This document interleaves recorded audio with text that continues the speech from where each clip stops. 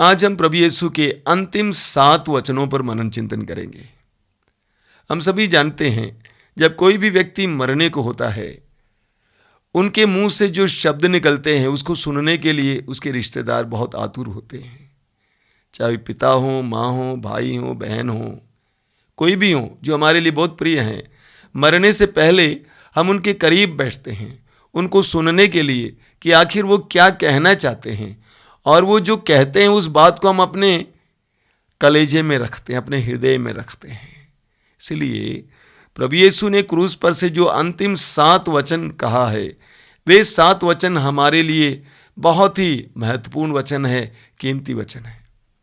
हम जानते हैं प्रभु यीशु क्रूस पर लटके हुए थे, उनके शरीर में रक्त नहीं था, समाप्त हो गया था, शरीर कांप रहा था, ऊपर से लेकर नीचे तक कांप रहा था, उनके मुंह से एक शब्द भी, एक लफ्ज भी निकल नहीं रहा था। ऐसी अवस्था में भी प्रभु यीशु ने क्रूस पर से 7 वचन कहा। सबसे पहली बात यह है, उस अवस्था में भी प्रभु यीशु हमें शिक्षा देते हैं, प्रोत्साहित करते हैं, सांत्वना देते हैं, चंगा करते हैं। उनका संपूर्ण जीवन, विशेष करके सार्वजनिक जीवन, उन्होंने दूसरों को सांत्वना देने के लिए बताया। आप पढ़ेंगे प्रेरित चरित्र के अध्याय 10 वाक्य 38 में वचन कहता है, ईश्वर ने ईसा को पवित्र आत्मा और सामर्थ्य से भर दिया और वो चारों ओर घूम घूम कर भलाई करते रहे और शैतान के वश में पड़े रोगियों को चंगा करते रहे। क्रूस पर से भी प्रभु यीशु ने वही किया। और क्रूस के नीचे खड़ी माँ मरियम और अन्य नारियां और यीशु के प्रिय शिष्य योहन, उन्होंने यीशु के मुंह से निकलने वाले उन शब्दों को सुना होगा, तभी तो समाचार के लेखकों ने लिखा है। प्रभु यीशु का एक एक वचन अनमोल है, कीमती मोती की तरह है, अमृत की तरह है। उस पर जितना भी मनन चिंतन करेंगे उतना कम होगा। तो आइए हम लोग कम समय में संक्षेप में उन पर मनन करेंगे। सबसे पहला वचन प्रभु ने क्रूस पर से कहा होगा वो यह है, हे पिता इन्हें क्षमा कर, क्योंकि ये नहीं जानते हैं कि ये क्या कर रहे हैं। प्रभु यीशु ने पुकार कर कहा कि हे पिता इन्हें क्षमा कर, क्योंकि ये नहीं जानते कि ये क्या कर रहे हैं। यहूदी धर्म गुरुओं ने प्रभु का विरोध किया, प्रभु का विरोध किया, प्रभु को उपहास किया। उन्होंने प्रभु के ऊपर गलत दोष लगाया और प्रभु यीशु को मरवा डालने के लिए अधर्मियों के, विधर्मियों के हाथों दिया, पिलातुस के हाथों दिया। प्रभु यीशु के मुख्य शिष्य पेतरुस ने प्रभु यीशु का इनकार किया। एक शिष्य यूदास इस्करियोती ने प्रभु यीशु को पकड़वाया। सारे शिष्यों ने यीशु को छोड़ दिया। भीड़ ने यीशु के बदले बराबस को चाहा और यीशु को क्रूस पर चढ़ाने के लिए पिलातुस के भवन में, प्रांगण में चिल्लाया।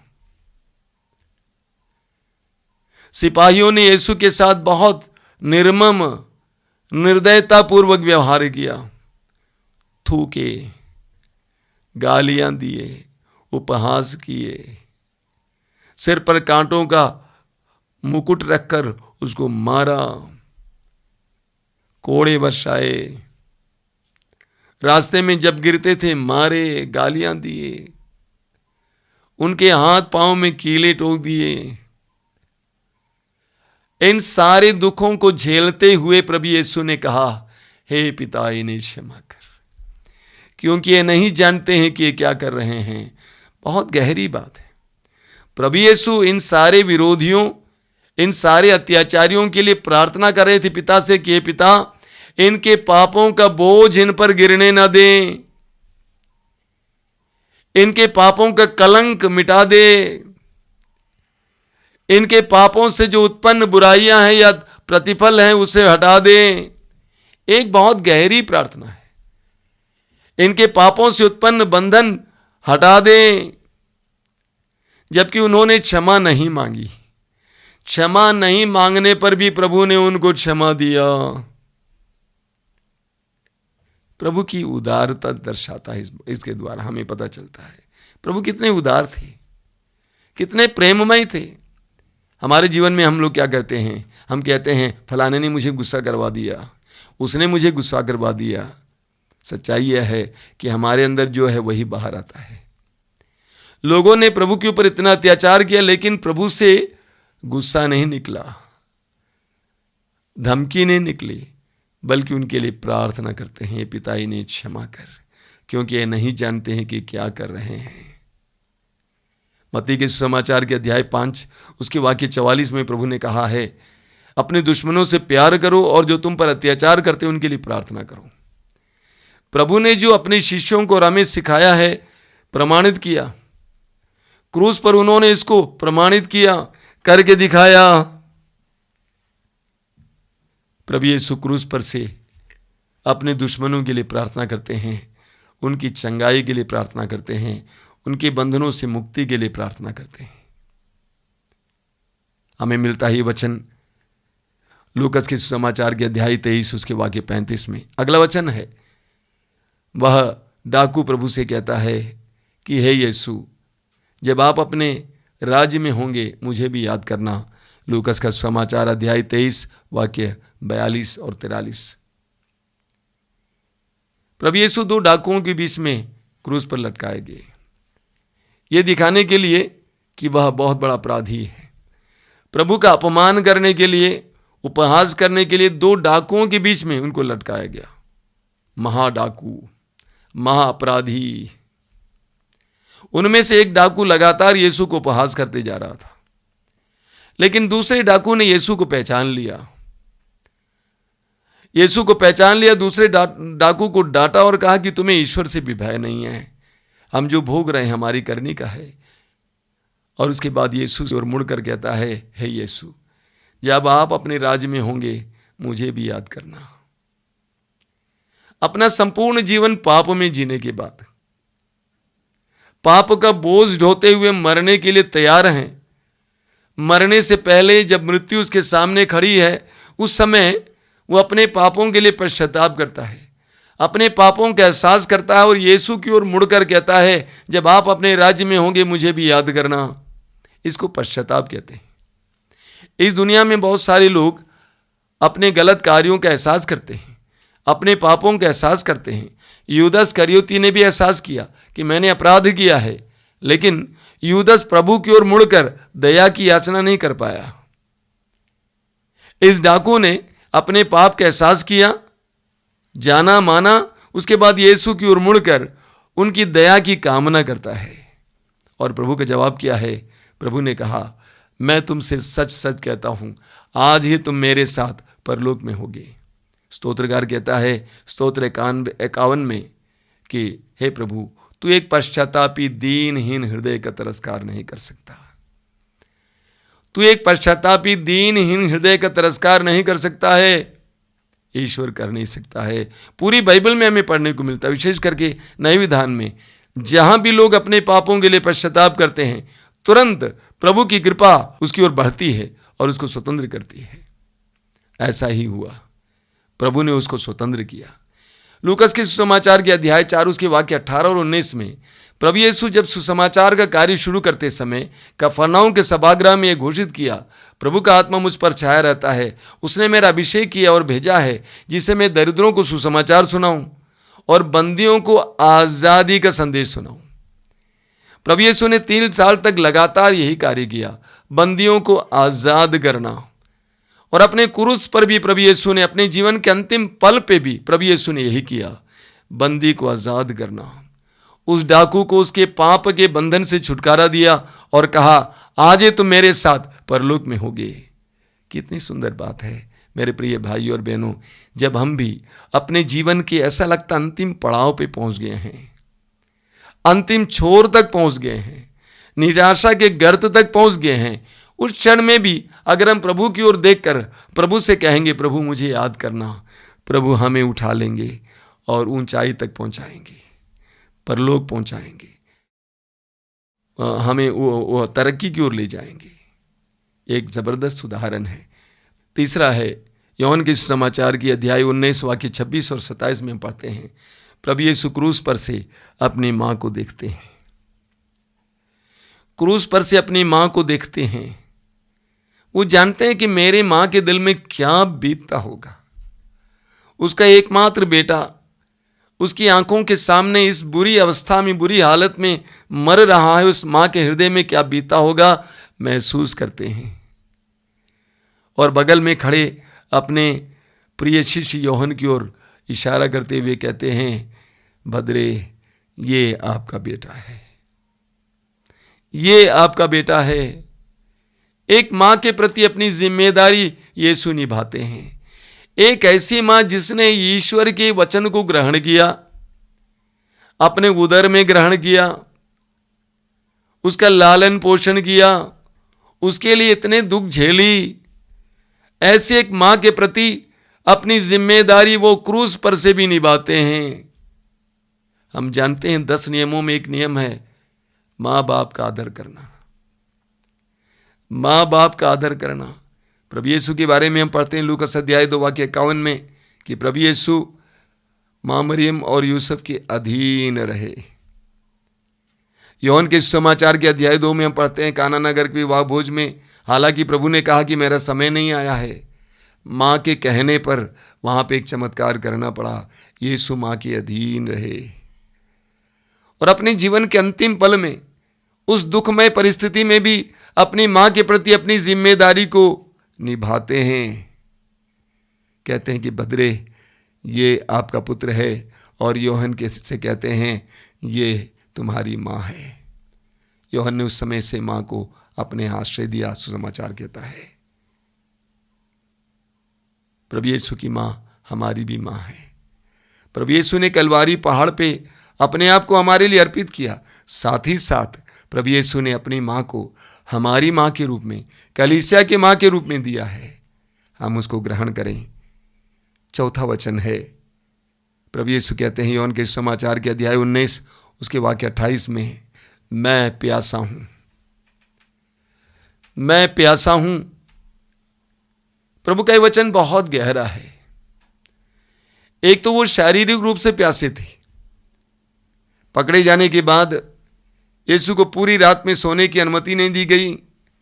एक जगह से दूसरी जगह जा रहे थे, उनके शरीर से खून बहता जा रहा था, उनके शरीर में न रक्त था न जल था, पूरी तरह से थके हुए थे। इसीलिए प्रभु यीशु जब कहते हैं मैं प्यासा हूं, एक तरह से भौतिक शारीरिक बात है, लेकिन उससे बढ़कर प्रभु यीशु वास्तव में आध्यात्मिक रूप से प्यासे थे। अपनी मृत्यु के समय प्रभु यीशु को सारी दुनिया दिखाई दे रही है। दुनिया में बर्बाद हो रही आत्माएं दिखाई दे रही हैं। जब आपके जीवन में कोई दुखमय घटना होती है, आपका कोई प्रिय व्यक्ति परेशान है, दुखी है, तो आपको क्या हो जाता है? आपको बहुत ज़्यादा प्यास लगती है। जब आपको बहुत ज़्यादा दुख होता है, बहुत ज़्यादा प्यास लगती है। प्रभु यीशु के हृदय में, प्रभु यीशु की आत्मा में हम सबके लिए प्यास है, सारी दुनिया के लिए प्यास है। उनकी आत्मा सारी दुनिया की आत्माओं के लिए प्यासी है। हम जानते हैं मदर तेरेसा ने प्रभु की इस आवाज को सुना, मैं प्यासा हूं। प्रभु की इस आवाज ने उनकी जिंदगी को बदल दिया, उनके जीवन के मार्ग को बदल दिया। प्रभु की इस आवाज को सुनकर वह इस दुनिया में जो प्यासे हैं उनकी खोज में निकल पड़ी। यीशु ने कहा मैं प्यासा हूं। वही यीशु जिन्होंने यूहन्ना के समाचार के अध्याय 4 में समारी स्त्री से कहा था वाक्य 14 में, जो जल मैं तुम्हें दूंगा उसके पीने के बाद तुम्हें प्यास नहीं लगेगी। जो जल मैं तुम्हें दूंगा उसको पीने के बाद तुम्हें प्यास नहीं लगेगी। वो प्रभु आज प्यासे हैं। प्रभु यीशु क्रूस पर उस समय अपनी मानवीयता को प्रकट कर रहे हैं। प्रभु यीशु मनुष्य बने, वे मनुष्य थे। वे मनुष्य के रूप में नहीं थे बल्कि मनुष्य थे। और क्रूस पर उन क्षणों में प्रभु यीशु ने अपने मानवीयता को प्रकट किया कि मैं मनुष्य हूं, मैं प्यासा हूं, आई थर्स्ट। मेरे प्रिय भाई और बहनों, यीशु एक ऐसे मुक्तिदाता हैं, एक ऐसे प्रभु हैं जो आप और मेरे दुख पीड़ाओं में सहभागी हुए। इसलिए इब्रानियों के पत्र के अध्याय 5 में संत पौलुस कहते हैं वो हमें समझ सकते हैं, वो हमारी पीड़ाओं से गुजरे हैं। जिस तरह आप और मेरे जीवन में विभिन्न प्रकार की पीड़ाएं होती हैं, आंतरिक पीड़ाएं होती हैं, उसी तरह प्रभु यीशु स्वयं ऐसी पीड़ाओं से गुजरे हैं। वो मनुष्य बने। अगला वचन है, हम पढ़ते हैं मार्कुस का सुसमाचार अध्याय 15 वाक्य 34 में। मार्कुस अध्याय 15 वाक्य 34 में हम पढ़ते हैं, प्रभु यीशु ने पुकार कर कहा, हे ईश्वर, तूने मुझे क्यों त्याग दिया? हे ईश्वर, तूने मुझे क्यों त्याग दिया? जमीन और आसमान के बीच में, उस पहाड़ी पर, कलवारी पहाड़ी पर, गोलगोथा की उस चोटी पर, क्रूस पर लटकते समय प्रभु को लगा कि मैं अकेला हूं, मेरे साथ कोई नहीं है, मेरे शिष्यों ने मुझे छोड़ दिया, मेरी एक अबला मां और कुछ नारियां, और कोई मेरे साथ नहीं है। प्रभु यीशु को बहुत ज्यादा ही अकेलापन महसूस हुआ, बहुत ज्यादा अकेलापन महसूस हुआ। सोचिए, मत्ती के सुसमाचार अध्याय 11 वाक्य 28, प्रभु कहते हैं, थके मांदे और बोझ से दबे लोगों, तुम सबके सब मेरे पास आओ, मैं तुम्हें विश्राम दूंगा। प्रभु कहते हैं, थके मांदे और बोझ से दबे हुए लोगों, मेरे पास आओ, मैं तुम्हें विश्राम दूंगा। वही प्रभु अब एक ऐसे पल में, ऐसे क्षण में है जब स्वयं पुकार कर कहते हैं कि पिता, तूने मुझे क्यों छोड़ दिया, मैं अकेला हूं। प्रभु यीशु ने तिरस्कार का अनुभव किया, अकेलापन का अनुभव किया। इस दुनिया में कितने ही लोग अपने में अकेलापन महसूस करते हैं। मैं जानता हूं कि आप भी कभी ना कभी बहुत ज्यादा अकेलापन महसूस करते हैं। शादी हुई, पत्नी है, पति है, बच्चे हैं, तब भी कितना अकेलापन महसूस करते हैं। धर्म समाज में अन्य लोग मेरे साथ हैं, इसके बावजूद कितना अकेलापन महसूस करते हैं। उन सारे क्षणों में हमें भूलना नहीं चाहिए, प्रभु ने मेरी तरह अकेलापन महसूस किया है। प्रभु ने मेरी उस हालत को अपने ऊपर ले लिया। हम पढ़ेंगे इस्यास नबी अध्याय 53 में, उसके वाक्य 4 में लिखा हुआ है, वो हमारे ही दुखों से लदा हुआ था। यीशु हमारे ही दुखों से लदे हुए थे। हमारे जीवन में दुखों के समय हमें जो अकेलापन महसूस होता, प्रभु यीशु ने स्वयं उसको अनुभव किया। इसलिए हम हिम्मत के साथ प्रभु के पास जा सकते हैं, हमें टूटना नहीं चाहिए। अगला वचन है, प्रभु कहते हैं, सब कुछ पूरा हो गया है।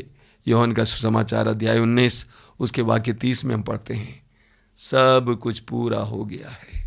अंग्रेजी में RSV बाइबल में है, इट इज फिनिश्ड, सब समाप्त हो गया है।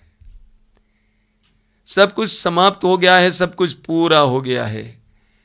अपने जीवन के अंतिम पल में प्रभु यीशु आंतरिक रूप से महसूस करते हैं कि सब कुछ मैंने पूरा किया है। ईश शास्त्री समझाएंगे कि प्रभु यीशु में सब कुछ पूर्ण होता है, लेकिन यहां प्रभु यीशु ये प्रकट कर रहे हैं कि सब कुछ पूरा हो गया है, मैंने सब कुछ पूरा किया है। प्रभु यीशु के जीवन का एकमात्र उद्देश्य था पिता की इच्छा को पूर्ण करना। आप पढ़ेंगे यूहन्ना के सुसमाचार के अध्याय 4 उसके वाक्य 34 में प्रभु अपने शिष्यों से कहते हैं, प्रभु कहते हैं, मेरा भोजन जिसने मुझे भेजा है उसकी इच्छा पूरी करना है। जिसने मुझे भेजा है उसकी इच्छा पूरी करना और उसका उद्देश्य पूर्ण करना, यही मेरा भोजन है। प्रभु यीशु सतत अपने पिता की इच्छा को पूर्ण करते थे।